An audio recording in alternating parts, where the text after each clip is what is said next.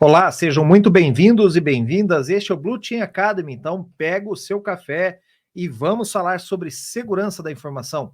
Eu sou o Fábio Sobieck, sou profissional na área de segurança da informação e eu te ajudo a iniciar a sua carreira de segurança sem hacks. Aqui neste canal eu falo sobre a carreira em segurança defensiva e tiro dúvidas da audiência, ou seja, vocês que têm dúvidas sobre segurança da informação, querem debater sobre esse assunto, querem uma explicação sobre como funcionam as coisas em segurança da informação, ou querem saber como que está o mercado, o processo seletivo, nós falamos sobre tudo isso aqui. E se você quer que eu fale sobre uma coisa em específico, coloca aqui nos comentários, manda aqui o seu e-mail, para que a gente possa, então, criar um conteúdo específico para vocês.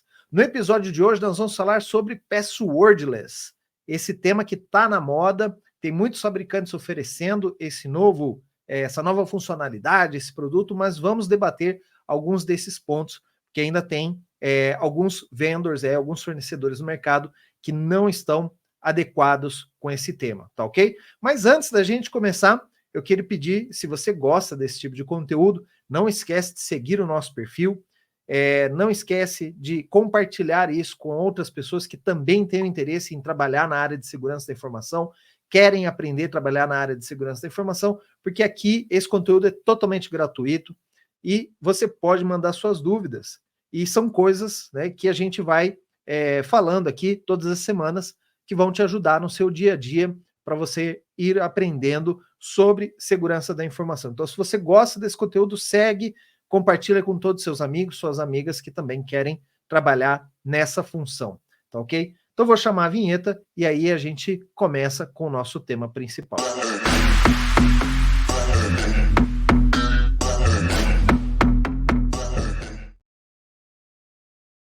Então, vamos começar pela definição, né? O que é passwordless? E até eu faço uma provocação aqui no título, se passwordless é sem senha ou menos senha, porque a palavra less, em inglês, ela significa menos. Se a gente for analisar a letra fria, correto? Quando você junta less com a palavra password, você pode dar a conotação de sem senha, ou uma autenticação que eu consigo fazer sem ter uma senha. Então, um processo de autenticação. Então, muitos fabricantes têm aí essa questão. Passwordless, eles aproveitam o less e colocam como menos senha, ou menos oportunidades de você utilizar a senha. Passwordless, de verdade mesmo, é quando você não tem nenhuma senha em nenhum lugar.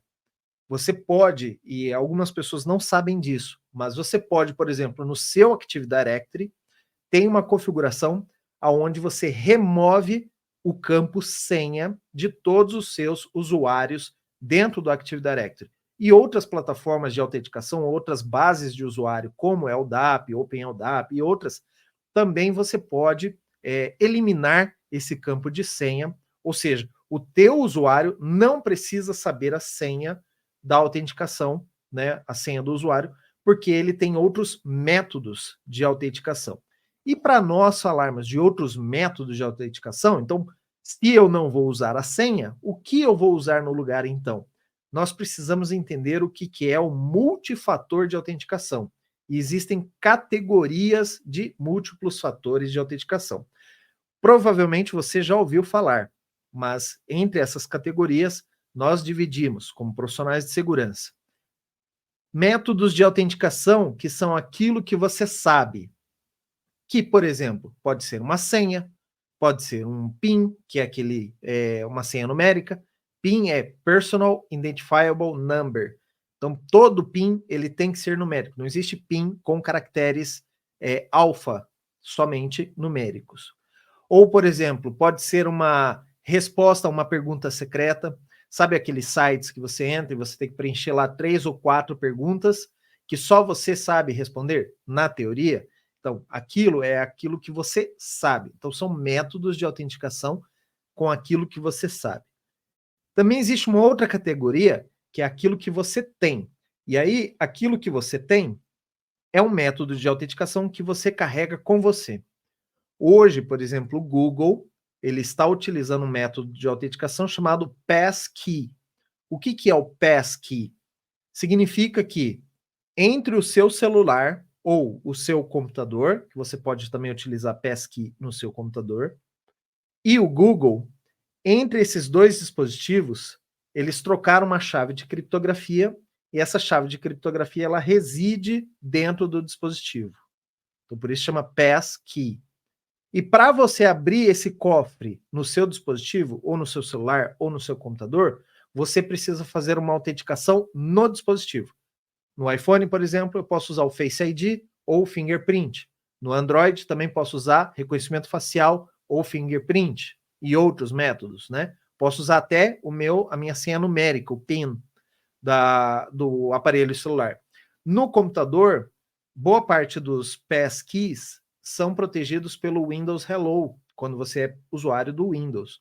Então você tem que fazer uma autenticação local, ele abre esse cofre, pega essa senha criptografada e faz a autenticação com o Google. Então é algo que você tem, não é algo que você sabe. Embora para abrir esse cofre você está fazendo uma outra autenticação localmente, que é a minha próxima categoria, que é o tipo de autenticação, o que você é. A autenticação do que você é são características físicas do usuário que ele utiliza como método de autenticação, como, por exemplo, a impressão digital, como, por exemplo, o reconhecimento facial, como, por exemplo, o scanner de íris. Né? Então, a íris, né, de cada pessoa tem um desenho específico. Se você mora aqui no Brasil, você pode reconhecer as máquinas do Banco Bradesco, eles têm uma autenticação que você coloca a sua mão em cima do aparelho e ele joga um infravermelho e você tem as veias da sua mão formam um desenho, um padrão, e esse padrão é o seu método de autenticação. Então também existe a autenticação, por exemplo, por as veias da mão. Então são vários métodos que são biométricos, são coisas que você é. E por último, e poucas pessoas conhecem, nós também temos agora um método de autenticação que é como você faz, que é medido pelo comportamento do usuário. Então tem certas características, por exemplo, que rede que você está, qual a sua localização, o horário que você está se autenticando. Isso também conta como um processo de autenticação. Se você foge do seu comportamento, você foge desse padrão habitual do usuário, ele não se autentica com aquele método. Então, nós também temos métodos de autenticação que é como você faz. Dentre essas categorias, cada uma dessas categorias tem inúmeros métodos de autenticação, e aqui eu já listei alguns deles para exemplificar as categorias. Mas ainda nós temos métodos de autenticação que são bem conhecidos de vocês. Um deles é o método de aprovação. Método de aprovação é aquele onde você acessa um site e ele dispara um push notification, ou seja, o seu celular vai abrir um banner, né, dizendo, olha, tal aplicação ou tal site quer fazer a sua autenticação. Você abre o seu programa de autenticação, seja ele Google Authenticator, ou Microsoft Authenticator, ou os programas da RSA, onde eu trabalho, e você vai ler o que ele está pedindo. E ele está pedindo que você aprove se a pessoa pode ou não entrar naquele site que ele está especificando. Então, ele dá o nome do site. Olha, alguém está tentando se autenticar no Office 365, ou alguém está tentando se autenticar na aplicação Salesforce. Nesse método de aprovação, ele também pode trazer outras informações, como, por exemplo, essa autenticação, ela disparou ou ela foi disparada através de um IP que é da região da China, da Rússia, dos Estados Unidos, e isso também te ajuda a definir se aquele processo de autenticação é você ou não, se às vezes é um atacante que, coincidentemente, está tentando fazer o método de autenticação no mesmo horário que você. Esse é o método de aprovação. Também temos o método de autenticação, que é o padrão, que era muito conhecido no Android, que ele mostra lá uma grade, um grid, né, com vários pontos, e aí você tem que desenhar uma letra ou alguma coisa, uma sequência de ligação daqueles pontos para identificar a sua autenticação. Também temos autenticação por QR Code, onde esse é mais um método para autenticação no computador. Ele mostra um QR Code, nós pegamos o nosso celular, escaneamos aquele QR Code e fazemos uma aprovação daquela autenticação. Também é bem parecido com pagamento por Pix. Quando você vai a um estabelecimento comercial e você quer fazer um pagamento por Pix, a pessoa gera um QR Code, você lê com o seu celular e faz a autorização do banco, né? Então é um método também de autenticação. E também o famoso OTP, que é a sigla para One Time Password, ou senha de uso único. São dispositivos que geram senhas, às vezes numérica, em alguns casos alfanumérica, que você utiliza somente naquela autenticação. Depois de alguns segundos, aquela senha ela expira. Então ele fica trocando essa senha a cada tempo. Como que é feito isso? Do lado do servidor, ele tem o gerador de senhas, que é o mesmo gerador de senha que você tem no seu dispositivo ou no seu hardware, certo? Os dois, se eles estiverem com um horário sincronizado, os dois, naquele momento, naquele minuto, vão gerar a mesma senha, porque o algoritmo de geração de senha, ele utiliza a data e a hora como insumo para gerar a senha. Então, por isso que os dois precisam estar sincronizados. Quando você gera a sua senha, você insere no seu formulário ou no seu aplicativo, ele envia essa senha para o servidor. Como ele já gerou a sua senha lá no servidor, ele valida se aquela senha é igual à senha que ele gerou. Então, os dois têm uma que nós chamamos semente de criptografia, e eu gero aqui uma senha que ele sabe gerar a mesma senha para aquele usuário do lado do servidor. E isso permite que a gente possa fazer uma autenticação com uma senha que vale somente por aquele dia, naquele espaço de tempo, tá? Então esse é o One Time Password, que é o mais comum. O One Time Password, por exemplo, ele também é gerado através do servidor, mandado por SMS, e aí você pega no seu e-mail ou no seu SMS e digita aquele número de confirmação. Então, aí a geração do OTP ela é só feita pelo servidor e a validação é feita pelo servidor. Você não carrega com você a semente, mas você recebe num dispositivo confiável, que seria o e-mail ou o SMS, você recebe a sua senha. Por que eu digo, entre aspas, confiável? No Brasil, pelo menos, eu não sei de onde você está me assistindo, mas no Brasil nós temos uma grande quantidade de ataques de SMS, de SIM swap, que é eu vou a uma loja de uma operadora, eu levo o teu número e levo documentos falsos, eu consigo transferir o seu número para aquela operadora, dizendo que sou eu o dono daquela linha, tá? Então, isso tem acontecido, a Anatel tem tentado bloquear esse processo, né? Existe agora uma verificação quando você faz a transposição da linha, né? Como eles chamam, quando você troca de operadora e você leva a sua linha junto, né? Então agora tem uma validação extra para evitar isso. O SIM swap, ele também precisa ter uma pessoa internamente naquela empresa, na empresa de telecom, para que quebre alguns protocolos de segurança que tem na própria operadora de telecom para conseguir fazer o SIM swap. Então, realmente, no mercado brasileiro, nós estamos vendo um declínio desse tipo de ataque, certo? Evidente, eu não tenho informações oficiais porque as próprias operadoras não querem esse tipo de transparência para nós profissionais de segurança. Mas o que nós temos visto, entre outros profissionais, é que o ataque de SIM swap tem diminuído.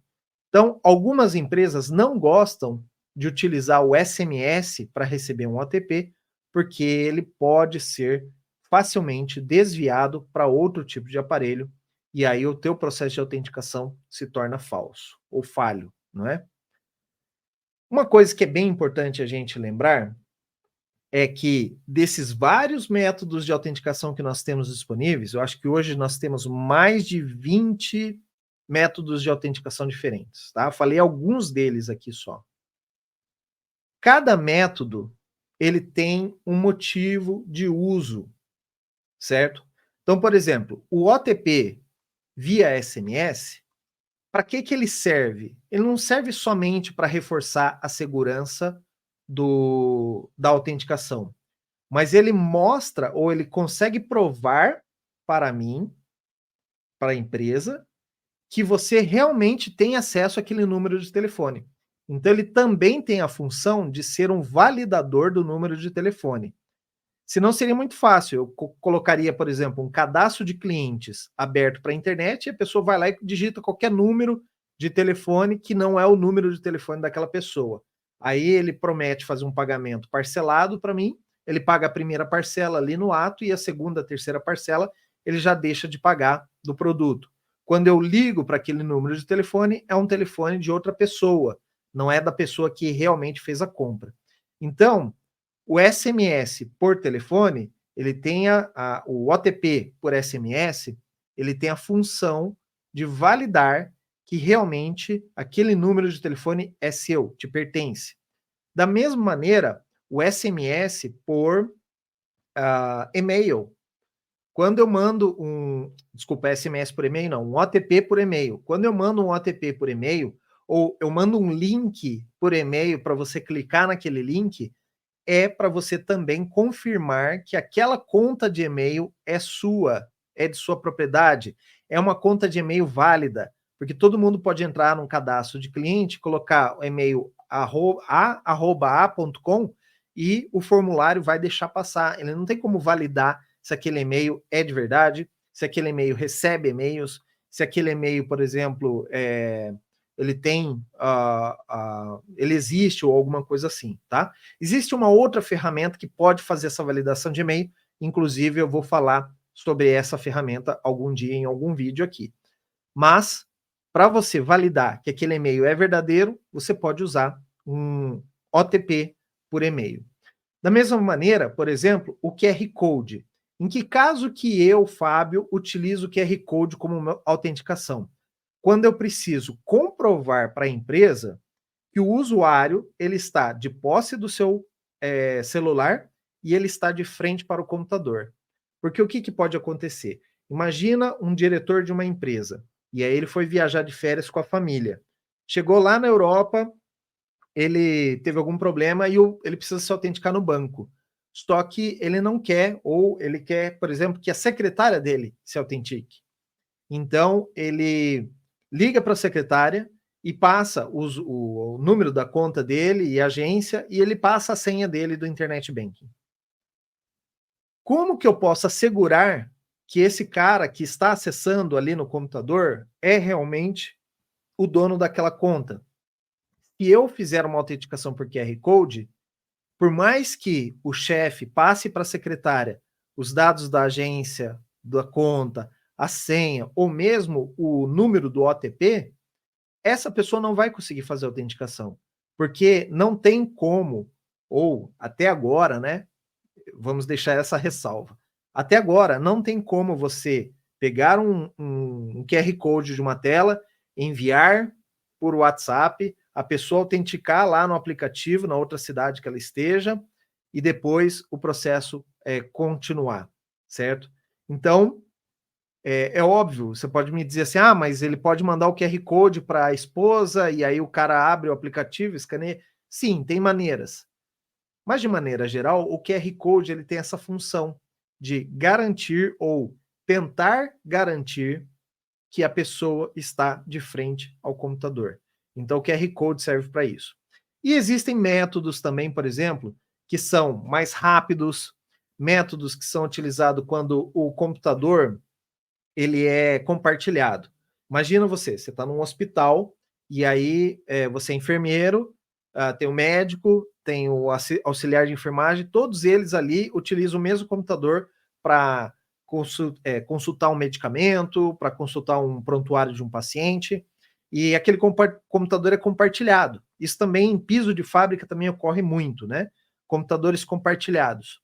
E aí todo mundo precisa usar o computador, aí eu vou usar, eu tenho que me autenticar. Outro vai usar, tem que autenticar. Nestes casos, por exemplo, eu posso usar um leitor de NFC, e aí com o meu crachá, eu faço uma autenticação rápida. Eu encosto o meu crachá no leitor de NFC e ele já autentica a minha sessão com o meu usuário. Então, existem métodos que são rápidos, ou, por exemplo, o método da câmera. Alguns hospitais utilizam câmeras como um método de autenticação. Então, o médico, quando ele vai utilizar, às vezes ele está com a mão suja, ele precisa utilizar o computador, ou ele precisa consultar uma informação na tela. Então, ele chega para a câmera, ele se autentica na câmera e pronto, o computador já abre e ele consegue executar a ação dele. Então, são métodos que você tem que avaliar como profissional de segurança qual é o método mais adequado para cada situação, com base nos teus tipos de usuário. Às vezes você tem um usuário que é mais estudado, outro que tem menos estudo, então ele tem menos familiaridade com tecnologia, então você tem que avaliar tudo isso também. Por que nós fazemos, então, esse processo do passwordless? Porque, pessoas, senhas são extremamente perigosas. Quando você tem um recurso que é de alto valor e você só tem usuário e senha, você está correndo um sério risco para a sua segurança. E aí nós vamos falar da segurança da empresa também. Por quê?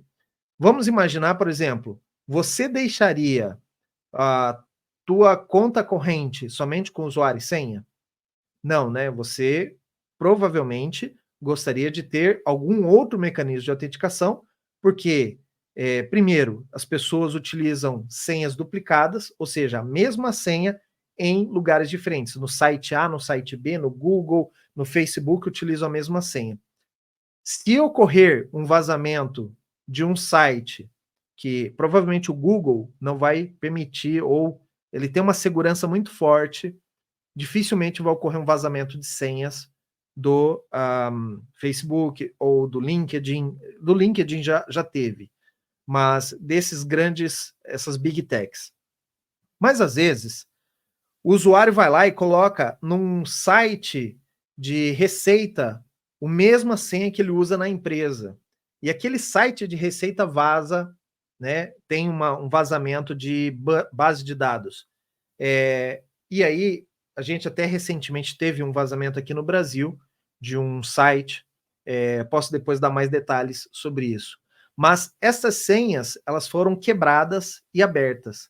Se o usuário utilizar aquela mesma senha no Google, você consegue acessar o Gmail dele, o e-mail ou toda a conta do Google dele com aquela senha, certo? Além disso, o próprio usuário se coloca em risco quando ele compartilha a senha dele. Às vezes o usuário ele vai sair de férias, ele deixa a senha dele ou escrita, ou ele passa para outra pessoa uma senha, dizendo: olha, eu vou sair de férias, mas se você precisar, você entra com o meu usuário, e aí você consegue fazer aquele negócio que o teu usuário não deixa. Isso é muito comum nas empresas. E isso deve ser combatido pela área de segurança, porque se aquela pessoa precisa ter aquele nível de acesso, ela deve solicitar para a área de segurança ou para a área de tecnologia que ela ganhe aquele acesso temporariamente. Não que o usuário faça o compartilhamento de senha. Um caso que aconteceu, o usuário saiu de férias, quando ele retornou das férias, ele infelizmente foi demitido. E aí o pessoal de segurança demorou para fazer o bloqueio do usuário.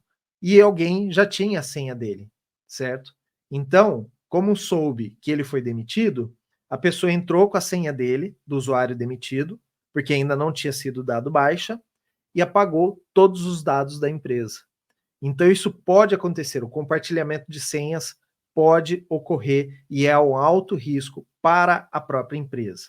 Além disso, tem outros tipos de ataque contra as senhas. Um deles é a força bruta, que são programas, e eu vou falar sobre esses programas, que ficam tentando vários tipos de senha dentro do processo de autenticação ou diretamente na base de senhas, na base de usuários.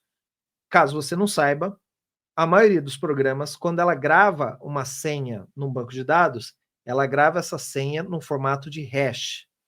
O hash é uma função matemática onde você pega um conjunto de bits e bytes, né, um conjunto de bits ali, e transforma aquele conjunto de bits em outra coisa, certo? E aí você valida esse hash. Sempre que você aplicar aquela fórmula, ele sempre vai dar o mesmo resultado. Se a senha for igual, ela dá o mesmo resultado.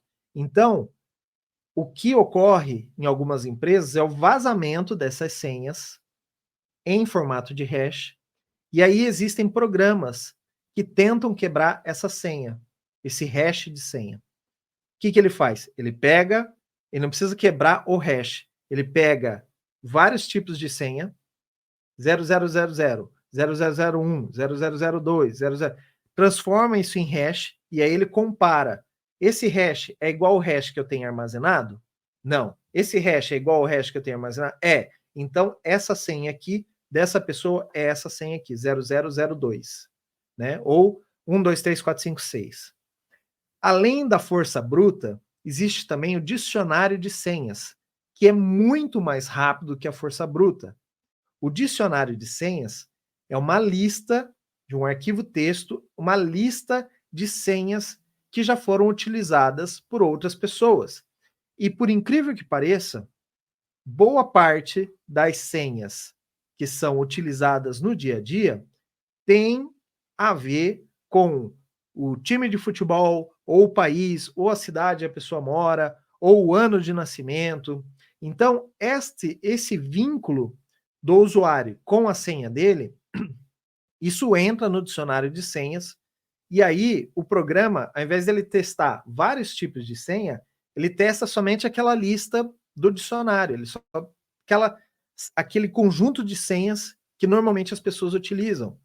E o hacker, o atacante, ele pode incrementar um dicionário de senhas, sabendo, por exemplo, que ele quer atacar o Fábio, ele pode incrementar aquela lista, o dicionário de senhas, com informações referentes ao Fábio. Por exemplo, o nome do meu filho, o nome da minha esposa, a cidade onde eu nasci, porque talvez eu utilize estes fatores como métodos ou como senha em algum site que eu me cadastrei. Então, esse dicionário de senha, ele pode ser personalizado para uma empresa ou para um atacante, né, para uma vítima em específico.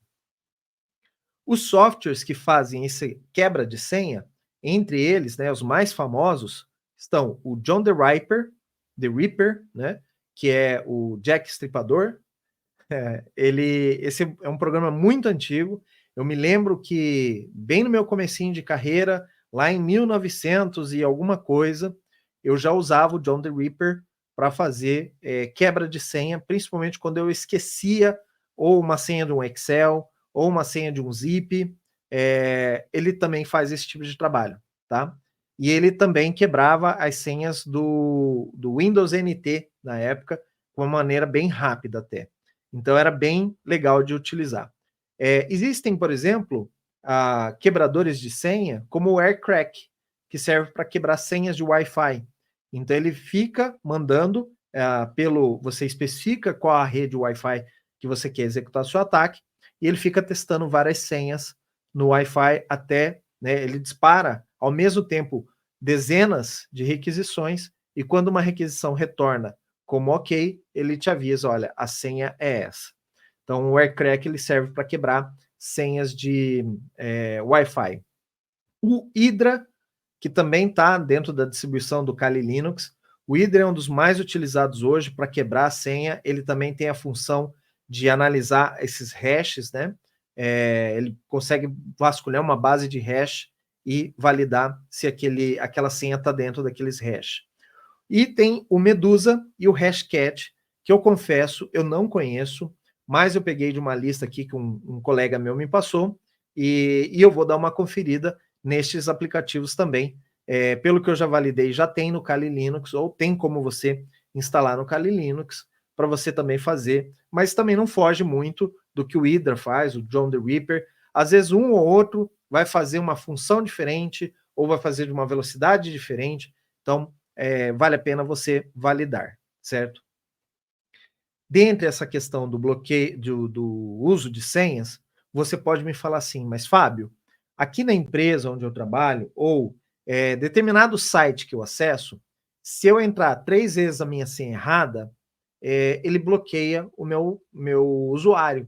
E aí, então eu estou tranquilo, eu não preciso ter passwordless, porque eu tenho bloqueio de intrusão. Em alguns casos, o bloqueio de intrusão ele não é recomendado, principalmente se for um site aberto ao público. Vamos imaginar, por exemplo, o site para os alunos, né, do Enem, e eles precisam acessar no dia do resultado do Enem. Se esse site do Enem ele bloquear quando você fizer três, três tentativas inválidas ou até 5 tentativas inválidas e ele bloquear o usuário, eu posso, como atacante, disparar um bloqueio em massa de vários usuários ou de pessoas que eu quero atacar. Vamos imaginar que eu preciso entrar nesse site e eu quero fazer minha inscrição para o curso de medicina, certo? Só que eu tenho outras pessoas que vão entrar ao mesmo tempo que eu. E quem chegar primeiro no site vai conseguir a vaga de medicina com a nota do Enem que ela recebeu, certo? Que é o SISU, o site do SISU. Se eu sei que as pessoas, o João, a Maria e o José, eles vão tentar acessar esse site ao mesmo tempo, e obviamente eu tiver os acessos dele, ou número de CPF, ou alguma coisa, eu posso lançar um bloqueio para que essas pessoas em específico fiquem bloqueadas e eu possa entrar em tempo de comprar ou adquirir a minha vaga para o curso de medicina. Então, neste caso, o site não pode ter bloqueio de intrusão. Por quê? Porque senão é um ofensor à segurança. Você entende? Então, neste caso, é uma situação pior. Eu tenho que deixar aberto, ou pelo menos por um breve período de tempo, eu tenho que deixar aberto para evitar que os meus usuários sejam bloqueados. E isso aconteceu em outras empresas. Por exemplo, existe um caso clássico de uma empresa de cartões de crédito, e aí a concorrente do cartão de crédito, no final de semana, vendia muito, certo? E aí eles precisavam aumentar o número de vendas deles.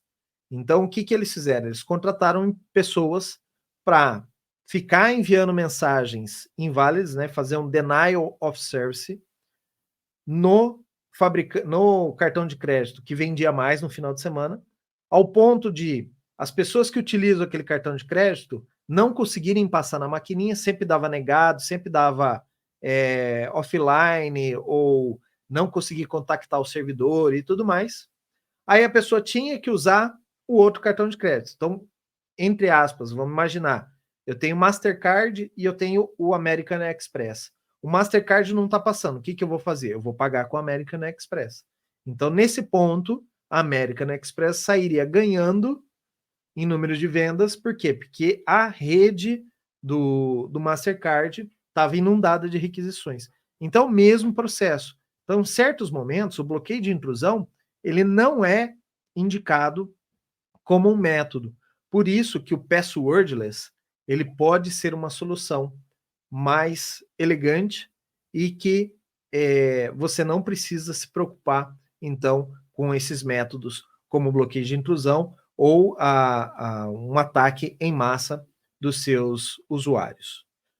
Pessoal, estamos chegando ao nosso final aqui e antes, né, como eu sempre falo para vocês, dou algumas dicas de como você pode começar hoje mesmo pensar em projetos passwordless dentro da sua empresa.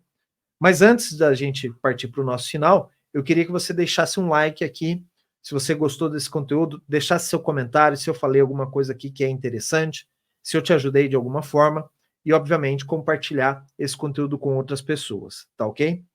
Bom, pessoas, como eu sempre falo, tem algumas coisas que você deve evitar quando você fala de passwordless. Por exemplo, evite dentro do seu projeto de passwordless habilitar muitos métodos de autenticação. Quando o usuário tem muitos métodos de autenticação, ele não sabe qual é o melhor para ele. E às vezes ele vai acabar escolhendo um método que é mais complexo ou que demora mais, porque ele não conhece outros métodos, tá? E você habilitar vários métodos de autenticação, também você abre um leque para que outros, por exemplo, dentro da minha empresa eu tenho token e FIDO, certo? Se eu deixar o meu FIDO em algum lugar e alguém conseguir descobrir o meu PIN do FIDO, ele pode se autenticar como se fosse eu. E às vezes eu não uso muito o meu FIDO. E às vezes é porque assim, eu habilitei os dois, porque tinha os dois, mas eu só uso o OTP, só uso a autenticação pelo celular. Então, você concorda que você está aumentando a sua exposição ao risco por um autenticador que às vezes aquele usuário não vai utilizar? Então, evite habilitar muitos MFAs, tá? Fique atento que alguns autenticadores, ele tem um negócio chamado falsa taxa de aceite. O que é isso? Falsa taxa de aceite. Vamos imaginar que você está autenticando com o rosto. Aquele método de autenticação, ele não consegue dizer 100% que aquele rosto é o rosto do Fábio. Ele vai chegar em 90%, 80%.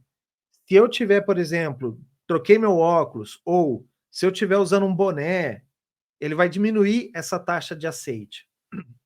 E às vezes, principalmente se eu tenho um irmão gêmeo, ou se eu tenho uma pessoa muito parecida comigo, outras pessoas conseguem se passar pelo Fábio e enganar o método de autenticação. Por mais que ele seja um método facial, de impressão digital, existem certos artifícios que você consegue, né? O atacante ele consegue passar como se fosse a pessoa. Então, isso nós chamamos de falsa taxa de aceite. Todo equipamento de autenticação, seja uma câmera, um celular, o iPhone, ou o que seja, ele tem esse valor. Olha, esse equipamento ele tem uma taxa, uma falsa taxa de aceite, né? Em tantos por cento. E aí você tem que ver se isso é tolerado pela sua empresa ou não. Dependendo por exemplo, se eu vou fazer a proteção de mísseis nucleares, aí é melhor eu não usar isso, porque se alguém pode se passar pelo operador do míssil nuclear, pode acontecer um ataque terrorista. Então, é óbvio, nesse caso, eu não posso admitir uma alta taxa de erro, né, no aceite, tá? Antes de você colocar um projeto de passwordless, teste os métodos de autenticação com o seu usuário. Veja como o seu usuário utiliza, veja se ele gostou, se ele achou complicado, principalmente tipos diferentes de usuário. Se você pega só pessoas que são da área de TI, eles vão achar tudo fácil, porque a maioria é nerd, a maioria sabe lidar bem com o computador. Mas às vezes você pega um operário da fábrica e ele vai achar aquele método de autenticação muito difícil. Por exemplo, eu já fui instalar um método de autenticação por impressão digital e aí cheguei numa indústria química e o cara falou, olha, eu não tenho impressão digital porque eu trabalho com produtos químicos e aí minha impressão digital ela é apagada por conta dos produtos químicos que eu trabalho aqui. Então não tem como usar reconhecimento de impressão digital num cenário desse. Ou às vezes eu tenho um usuário que ele tem uma deficiência, ele não enxerga, ou ele, por exemplo, vou usar um método de autenticação por voz, e aí o meu usuário ele é mudo. Como é que eu vou usar o método de autenticação por voz? Então você tem que adaptar às necessidades do usuário, lembrando das pessoas com deficiência também são usuários e você precisa adequar seus métodos de autenticação para isso também, tá? 4 passos para você, então, começar o seu projeto de passwordless ou você começar a avaliar o seu projeto de passwordless dentro da sua empresa, tá? Primeiro, conheça todos os métodos possíveis e imagináveis que você pode implantar na empresa. Vou utilizar todos? Não, não vai utilizar todos, acabei de falar isso. Mas conheça. Às vezes tem métodos de autenticação que você acha que não é viável ou acha que é muito antigo e ele vai ser perfeito para a sua situação. 2, escolha seus campeões, ou seja, dos vários métodos que você tem, coloca uns 3 como finalistas, testa isso com o usuário e destes 3, escolha 2. Um como ativo e outro como backup, tá? E aí todos os usuários têm que habilitar os 2 métodos de autenticação, ok? Porque se o primeiro falhar, por conta, por exemplo, o usuário utiliza o token, aí naquele dia ele esqueceu o token, ele pode usar o segundo método de autenticação, né? Então você tem que ter uma saída, um plano B, tá? 3, avalie o seu ambiente e se ele suporta passwordless. Às vezes eu quero utilizar, mas eu não tenho hardware específico para isso, eu não tenho software específico para isso. Aí eu tenho que criar um projeto dentro da empresa, comprar uma ferramenta de autenticação, ativar os meus serviços com essa ferramenta. Então, avalie se o seu ambiente já tem uma solução de passwordless ou possibilita a adicionar essa funcionalidade dentro do seu método de autenticação. E por último, faça o plano da sua migração. Começa implementando os métodos, testando como as pessoas estão utilizando tudo, ainda deixa a senha até o ponto final, quando está mais maduro para a sua empresa, né? A maturidade da sua empresa está melhor, e aí você pode, então, remover totalmente, 100% das senhas do seu ambiente. Aí você vai fazer aquilo que eu falei para você. No seu Active Directory, você tem uma funcionalidade lá no Registry para você desabilitar a autenticação por senhas dentro do seu processo de autenticação. E aí, outros métodos de autenticação, outras empresas também têm essa possibilidade de você eliminar de uma vez por todas esse risco para sua organização, que é a autenticação por senhas. Gente, muito obrigado por me assistirem até aqui. Se você assistiu até aqui o final, escreva aqui embaixo token, para eu saber que você chegou aqui, que você assistiu até o final. Como sempre a gente combina, né? Uma palavra-chave aqui para vocês comentarem ao final do vídeo. Muito obrigado e te vejo no próximo vídeo.